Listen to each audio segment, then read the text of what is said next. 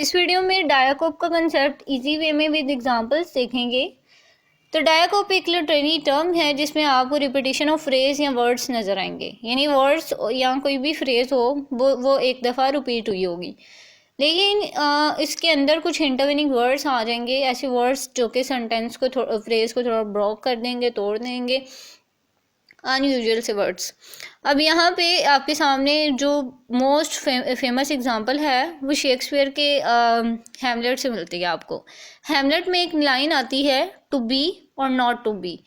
आप देख सकते हैं यहाँ पे टू बी जो है वो रिपीट हुआ है, लेकिन उसके दरमियान में कुछ वर्ड्स आए हैं और नॉट, यानी ये जो हैं वर्ड्स, ये इंटरवेनिंग वर्ड्स हम इन्हें कहेंगे, क्योंकि इनकी वजह से सेंटेंस जो है वो ब्रोक हुआ है और इन्होंने मदाखलत की है। नेक्स्ट एग्जांपल है यहाँ पे द हॉरर।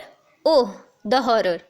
यहाँ पे द हॉरर जो है वो दो दफ़ा क्यों बोला गया, क्योंकि इन्होंने सेंटेंस पे एम्फसाइज़ किया, हॉरर पे एम्फसाइज़ किया है कि यहाँ पे हॉरिबल कंडीशन है या जो भी है।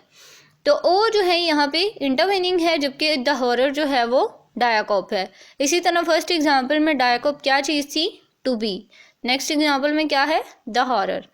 तो बहुत ही ईजी सा कंसेप्ट था डायाकोप के बारे में। आई होप कि आपको क्लियर हो गया होगा। इससे रिगार्डिंग आपका कोई क्वेश्चन है, कोई ओपिनियन है, तो वो आप मुझे कमेंट सेक्शन में बताएं। And thank you so much for watching.